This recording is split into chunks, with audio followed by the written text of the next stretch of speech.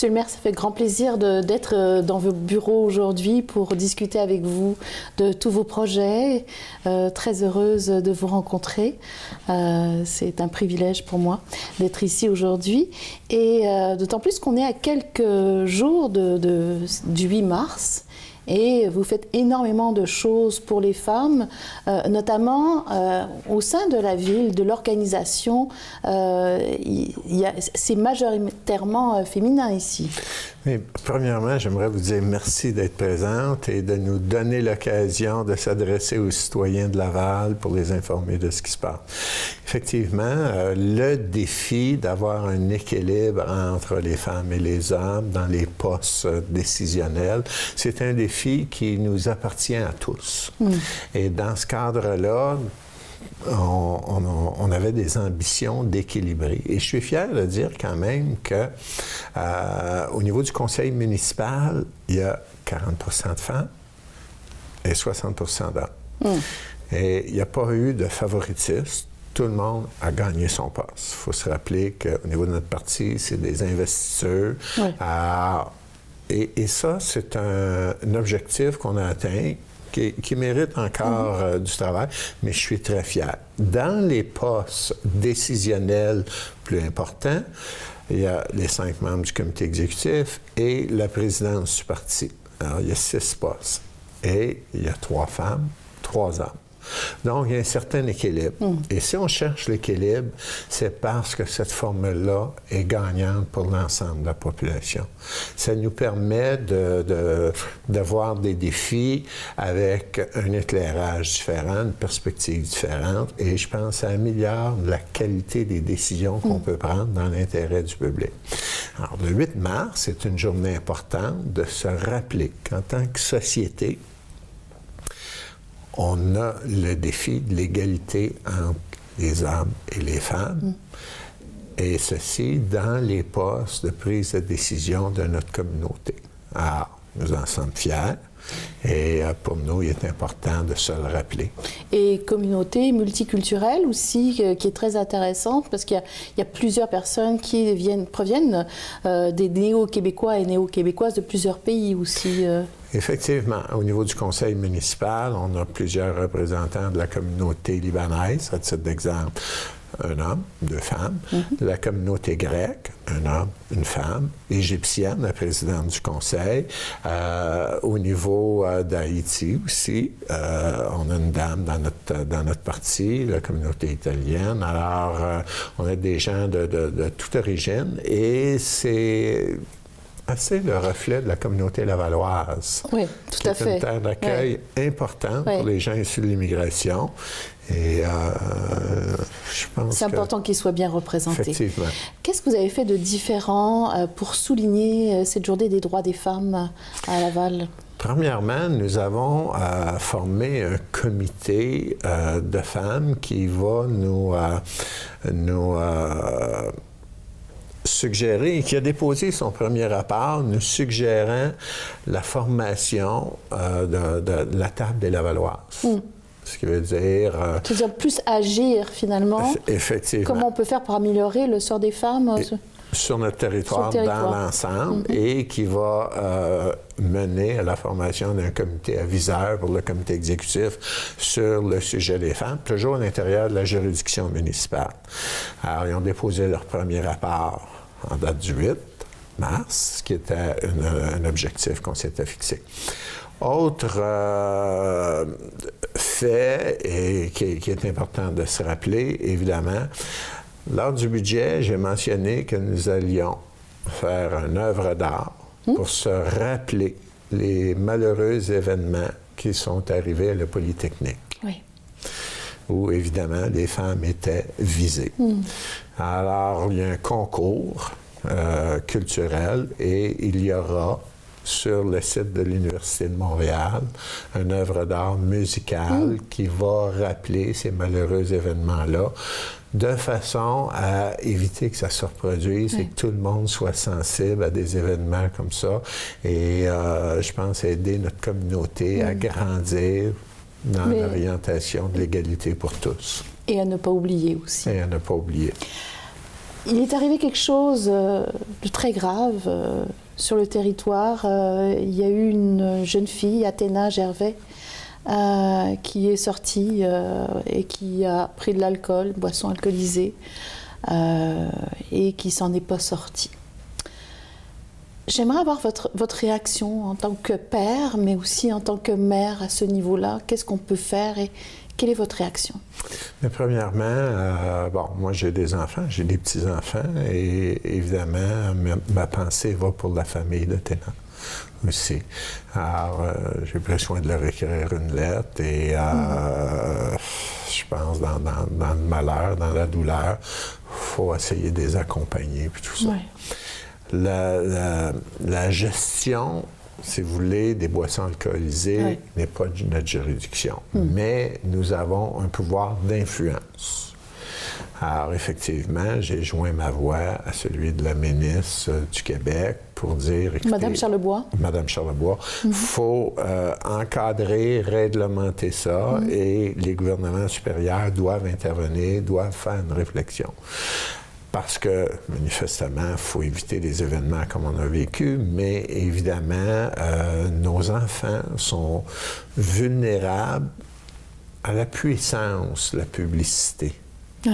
Et plusieurs ce sont des éponges, finalement. Effectivement, et plusieurs de ces compagnies-là mettent en œuvre des campagnes publicitaires qui sont très efficaces, pour ne pas dire redoutables, et on doit réglementer ça. Alors, on intervient dans ce sens-là, et auprès aussi des intervenants sur le territoire lavallois, des compagnies concernées, on a un pouvoir d'influence, et ils ont réagi rapidement. C'est-à-dire, est-ce qu'ils ont interdit automatiquement à côté des écoles, ces boissons-là? On ne peut pas les interdire. Non, il n'y a pas de loi encore. Il n'y a pas de loi, mais je pense qu'il y a une prise de conscience sociale qui s'est faite. Suite à cette prise de conscience-là, il doit arriver des règlements pour légiférer. Donc, vous êtes prêt à aller vous battre à Santé Canada pour leur dire, écoutez, moi, je veux qu'on ait... Tout à fait. Effectivement, tout à fait. Et il y a eu des écrits et même un communiqué de presse à cet effet-là. Bon. Dans ce sens-là, on parle des enfants, mais on parle aussi des femmes. Il y a des choses qui ont changé au niveau de la réglementation contre des instituts érotiques, salles de massage, tout ce qui est un petit peu érotique, pornographique et tout ça sur le territoire. J'aimerais qu'on explique aux gens, parce que les gens ne connaissent pas la loi avant, la nouvelle réglementation et pourquoi on l'a fait finalement. D'accord. Écoutez, il y a une réglementation qui existe. Il y a des zones qui avaient été ciblées dans la réglementation depuis un certain nombre d'années où les établissements à caractère érotique étaient permis. Ce qui veut dire des boutiques de vente d'instruments de sexe, des débits de boissons à caractère sexuel ou des maisons de massage érotiques. Maintenant, on s'est rendu compte que plusieurs n'étaient pas dans ces zones-là, étaient contraires à la réglementation actuelle. Alors, donc, il y avait une violation à ce moment-là? Il y avait une violation des règles. Et il n'y a jamais eu trop d'efforts de la part de la municipalité pour appliquer ces règlements. Donc, il y avait comme un désordre. Il y avait un flou, dans le règlement, il n'y a pas de flou. C'était plutôt au niveau de l'application. Et nous, ce qu'on s'est dit, puis il faut se rappeler des événements qui ont été un système d'alarme, plusieurs fugues à la Maison des jeunes de Laval, où les jeunes filles étaient prises en charge par des groupes criminalisés qui les exploitaient sexuellement. Et on a eu à gérer ça. Et là, on s'est dit, il faut mettre de l'ordre là-dedans, puis il faut donner des choix aux jeunes femmes, aux jeunes filles, autres que juste l'industrie du sexe pour gagner leur vie ou arriver. Alors, on n'a pas renouvelé les permis de ceux qui étaient illégaux. On a encadré une zone qui était loin des écoles, loin des maisons de jeunes, loin des endroits où les jeunes ont à se tenir. Alors, c'est ce qu'on a fait. Tous ceux et celles qui ont un permis qui était légal, qui était en ordre, peuvent poursuivre leur opération. Ceci étant Dans les nouveaux qui vont vouloir s'installer n'auront pas le droit d'aller s'installer dans les zones près des écoles, mais dans les zones industrielles. C'est ça qu'il faut comprendre. Dans une zone où il y en a déjà 2. D'accord. Et il y a une possibilité d'en avoir 3 autres. OK? Et ceux qui ont comme des débits de boissons, qui sont dans des endroits peut-être hors zone, mais qui ont des droits acquis, vont pouvoir poursuivre. Et parallèlement à ça, on a mis sur pied plusieurs programmes pour venir en aide aux jeunes femmes pour éviter l'exploitation sexuelle. Alors, il y a un programme avec le service de police qu'on appelle les survivantes. Il y a des maisons d'accueil pour les gens dans le cas de violence conjugale ou des choses comme ça.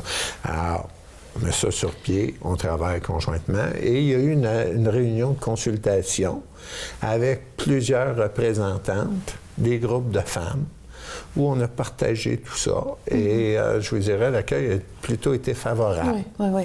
Il y a seulement une note dissidente de la présidente de la Fédération des femmes du Québec, Gabrielle Bouchard, qui dit que bon, c'est un petit peu enfermé, isolé, et les femmes... Qu'est-ce que vous répondez de ça? Je suis en désaccord complètement avec. C'est plutôt d'encadrer l'industrie et d'offrir d'autres choix aux femmes qui ne veulent pas être dans ce carcan-là.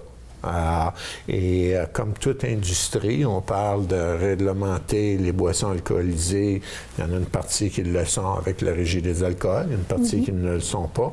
Mais l'industrie du sexe doit être réglementée et structurée aussi. Et puis, il faut dire aussi que c'est parti des citoyens et des citoyennes qui ont communiqué avec vous, qui vous ont demandé de faire quelque chose, parce que c'est pas agréable de savoir qu'il y a son enfant puis qui va à l'école, puis qu'il y a ces boîtes-là autour de l'école. C'est pas un environnement sain, là. Dans ma carrière antérieure, j'ai été appelé à gérer plusieurs cas de violence ou d'abus ou d'agression auprès de jeunes femmes qui étaient victimes de cet environnement-là. Alors, on n'est pas insensible à ça, au contraire. Il y a eu le dépôt également du budget fédéral. Qu'est-ce que vous êtes allé chercher, demander, et qu'est-ce que vous avez mis en avant dans vos demandes? Écoutez, il y a plusieurs enjeux. Il y a tous les enjeux des infrastructures municipaux qu'il faut rénover, mettre à niveau, que ce soit les routes, les trottoirs, les systèmes d'aqueduc, l'égouts, les parcs. Et ça, évidemment, ça a un enjeu sur la qualité de vie des citoyens, mais aussi un enjeu économique. Et ça fait partie de la stratégie du gouvernement fédéral. Il y a le combat à la pauvreté. On a fait l'inventaire de la situation de la pauvreté sur le territoire. Il y a environ 50 000 personnes qui vivent sous le seuil de la pauvreté à Laval. Alors, Ottawa a mis certains budgets. On a poussé pour avoir encore plus de budget. Ça veut dire aussi les logements sociaux? Les logements sociaux. Où il y a à peu près 1000 personnes qui sont sur une liste d'attente. Donc, ça a été déposé, demandé Effectivement, le défi des logements sociaux.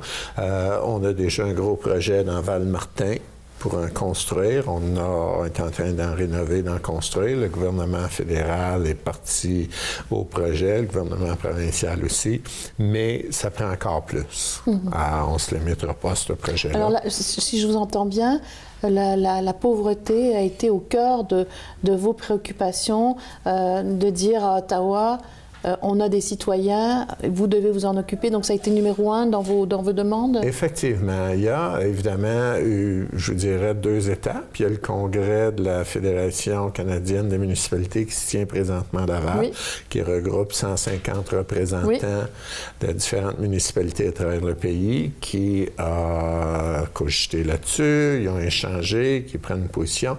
Et il y a quelques semaines, j'étais à Ottawa avec les différents ministres et les maires des 20 plus grandes villes pour effectivement appuyer sur les mêmes thèmes.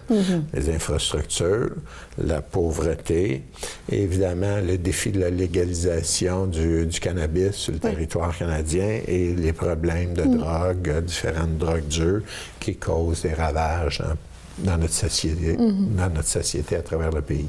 Est-ce qu'il n'y a pas un obstacle aussi d'avoir ces demandes-là et d'être avec les trois paliers de gouvernement, à savoir, est-ce qu'au fédéral, on vous dit non, ça c'est le provincial, non, ça c'est le municipal. Comment vous faites pour vous retrouver dans vos demandes? Le défi est un petit peu différent. C'est que le fédéral rend de l'argent disponible, mais il doit négocier les modalités de distribution avec le gouvernement provincial avant que l'argent se rende dans les municipalités. D'accord. Et ça, chaque province a sa vitesse de négocier. Alors, ces négociations prennent trop de temps dans une province, ils risquent d'arriver avec des budgets très limités et moins d'opportunités de régler des problèmes que d'autres provinces qui ont agi avec plus de rapidité. Parlez-moi de cette rencontre qui a eu lieu, 150 villes, c'est pas rien ça, à travers le Canada, qui viennent ici à Laval discuter. Qu'est-ce qu'il y a à l'ordre du jour? Quels sont les intérêts de ces gens-là de venir discuter, de partager? Premièrement, c'est des porte-paroles importants pour les municipalités face au gouvernement fédéral. Vous savez, on représente les municipalités à travers le pays, environ 90 % de la population canadienne. Je veux dire 27 millions de personnes, grosso modo.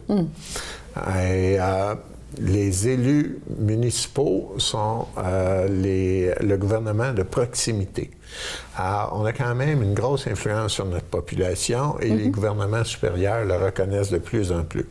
Donc, on a un poids politique, on a un poids pour influencer les politiques des gouvernements supérieurs et on doit les influencer dans la bonne direction. Alors, c'est l'objet des discussions qui a eu lieu ces derniers jours à Laval, la part des 150. Évidemment, pour Ville de Laval, il y a un aspect économique. On a 150 touristes qui viennent de travers le pays et il y a un aspect de fierté de leur faire découvrir les trésors de Ville de Laval. On les a reçus, ils ont visité la Place Belle, ils ont assisté à une partie de hockey, ils sont venus à l'Hôtel de Ville et dépendamment des saisons, on peut les amener au Centre de la nature et tout ça. Alors, il y a un aspect économique aussi fort important pour Ville de Laval. Alors, justement, en parlant d'aspect touristique, il y a une étude qui est sortie la semaine passée concernant la prédominance de l'anglais à Laval. J'aimerais que vous me rassuriez que la ville de Laval ne sera pas anglaise, là. Du tout. Écoutez, il y a environ 8 % de la population à Laval qui est allophone et la commission scolaire, parce que c'est un bon indicateur, la commission scolaire anglophone est à peu près stable ou se réduit. La commission scolaire francophone manque d'écoles. Et on les accompagne pour trouver les terrains, la construction d'écoles, et c'est à vitesse grand V. Alors, le français n'est pas en perte de vitesse à Ville de Laval. Ça demeure un enjeu. Ça demeure un enjeu. La région métropolitaine est une région cosmopolite et qui a un caractère, un statut un peu international. Donc, il y a beaucoup de touristes. Vous savez, nos hôtels à Laval sont parmi les plus occupés de la province. Alors, on n'a pas le choix. Il y a beaucoup de touristes anglophones et oui, il y a un intérêt économique à les servir en anglais. Mais le français est toujours, Ville de Laval est toujours une ville francophone. On n'a pas le statut de ville bilingue, on est francophone et la majorité de la population est francophone. Le bonjour aïe ici, je l'ai entendu quelquefois? On l'a entendu quelquefois, mais je pense que ce n'est pas aussi répandu que ça l'est dans le centre-ville de Montréal. Et parlez-moi du français ici, parce que vous faites un effort, c'est-à-dire que les documents par rapport aux citoyens et citoyennes, rassurez-nous, c'est en français? Comment ça se passe? Toute la correspondance se passe en français. Pour avoir de la correspondance en anglais, parce qu'on a une population anglophone, il s'agit d'en faire la demande. Alors, ce n'est pas un automatisme. Bon. Il y a une demande qui doit être faite. Et là, on sert de la population anglophone. Et au conseil municipal, tout se passe en français, sauf qu'un citoyen pose une question en anglais, je vais lui répondre en anglais, surtout si je vois que c'est essentiel de la compréhension. Et c'est poli aussi. C'est ça. C'est une courtoisie. Effectivement. Effectivement. Vous aimez beaucoup la culture et vous aimez aussi mettre la main à la pâte dans le sens que la culture, c'est toujours difficile au niveau financier. Et là, vous avez un super projet. C'est un programme de résidence hors mur qui vise à aider les artistes professionnels ou non. Donc, parlez-nous de ce projet-là. Qui a le droit d'y aller et ça va être où, le lieu physique? Parlez-nous de ça. Alors, essentiellement, tout ça part de la stratégie qu'on s'est donnée de se donner une vision de développement pour Ville-de-Laval, urbaine de nature, et évidemment, un des piliers de développement de cette vision-là est la culture. Alors, on sait que la culture, ça conditionne la qualité de vie des citoyens, mais c'est un levier économique formidable. C'est un levier pour se créer une réputation qui va dépasser le rayonnement de Laval. Alors, on a misé là-dessus. Le concours en question, c'est un appel à des artistes et ça va concerner des projets de danse. Et effectivement, ce qu'on va faire pour le premier appel dans ce concours-là, c'est de la danse, mais il peut y avoir d'autres formes d'art. On va mettre des locaux à la disposition des artistes qui auront été sélectionnés, des budgets d'environ 1 000 $, l'accompagnement d'experts de la ville ou des gens de la ville et du matériel de la ville pour les aider à développer. Ça va se passer dans des centres communautaires que nous sommes à construire présentement. Alors, les gens ont un projet en ce moment. Ils ont envie, soit une pièce de théâtre, ça peut être de la danse, ça peut être de la musique. Effectivement. Ils n'ont pas l'argent pour le faire et ils peuvent aller donc avoir aussi des gens qui vont, des mentors qui vont les aider à produire. Effectivement, et il s'agit de se rendre sur le site de Ville-de-Laval, c'est déjà affiché et vous avez la procédure pour appliquer dans ce concours-là et éventuellement être sélectionné. Et on parle de 1 000 $ de matériel que vous offrez aux artistes. Effectivement. Alors, quand est-ce que qu'on peut commencer à... Je pense qu'on peut commencer à appliquer pour différentes formes et ce sera récurrent comme concours. On dit qu'on vit toujours avec le passé ou le passé des autres. Vous en avez fait une fierté dans vos campagnes électorales, d'être transparent, de dire aux citoyens et citoyennes ce qui se passe à l'intérieur des murs, à l'intérieur de l'organisation. Vous allez pousser la chose encore plus loin en faisant une loi en 2015, faire en sorte que les données sont affichées. Alors, parlez-nous un petit peu de ce qu'on peut voir, parce que dans le téléchargement, vous en avez énormément. Et qu'est-ce qu'on voit à travers ces données-là qui sont disponibles pour les citoyennes et les citoyennes de Laval? Alors, c'est ce qu'on appelle des données ouvertes qui permet à des journalistes de faire des recherches, de s'approprier ces données-là, de les analyser, aux chercheurs universitaires de faire la même chose. Et c'est sur plusieurs facettes de l'administration municipale. À titre d'exemple, les contrats qui sont émis, à titre d'exemple, tout ce qui est culturel. Alors, la façon que ça fonctionne, c'est que c'est des données qui sont placées dans un serveur du gouvernement du Québec. Et Ville-de-Laval est une des villes très agressives à ce niveau-là. On met des données sur de différents aspects de l'administration municipale et les gens peuvent aller là-dedans. On a fait aussi au niveau de la transparence un geste qui n'est pas à négliger. Tous les assemblées du conseil municipal sont sur Internet et vous pouvez les regarder en direct ou en différé. Alors, tous les échanges sont enregistrés, c'est accessible au grand public. Et alors, au niveau de la transparence, il y a eu beaucoup de gestes de posés et les données ouvertes, c'est un geste de plus. Et on va un petit peu plus loin, on en met plus que la majorité des villes. Est-ce que, par exemple, comme citoyenne, je peux aller trouver une donnée par rapport à, je sais pas, une sculpture qu'on aurait mis au coin de ma rue, combien ça coûtait? Est-ce que c'est ce genre de données que je peux retrouver? Vous allez pouvoir faire des recherches recherche pour retracer ces données-là, des aspects du budget de la ville, des achats de la ville, les contrats donnés par la ville et sur l'aspect culturel, sportif et des infrastructures. Alors, on peut retrouver ça en allant sur le site de la ville. Maintenant, il y a un forum qui va avoir lieu. J'aimerais qu'en terminant, vous me parliez de ce forum parce que ça vous tient à cœur. Effectivement, il y a toujours des problèmes de congestion à travers toutes les grandes villes. Alors, nous, ce qu'on s'est dit avec les villes des Basses-Laurentides, c'est que nous étions pour adresser la question le 23 avril dans un forum qui va se tenir. Au tout début, c'est avant l'élection, l'idée a germé dans notre tête. On a parlé aux villes de la Couronne-Nord et on a commencé avec à peu près 8-9 villes. Maintenant, nous sommes rendus 19 villes.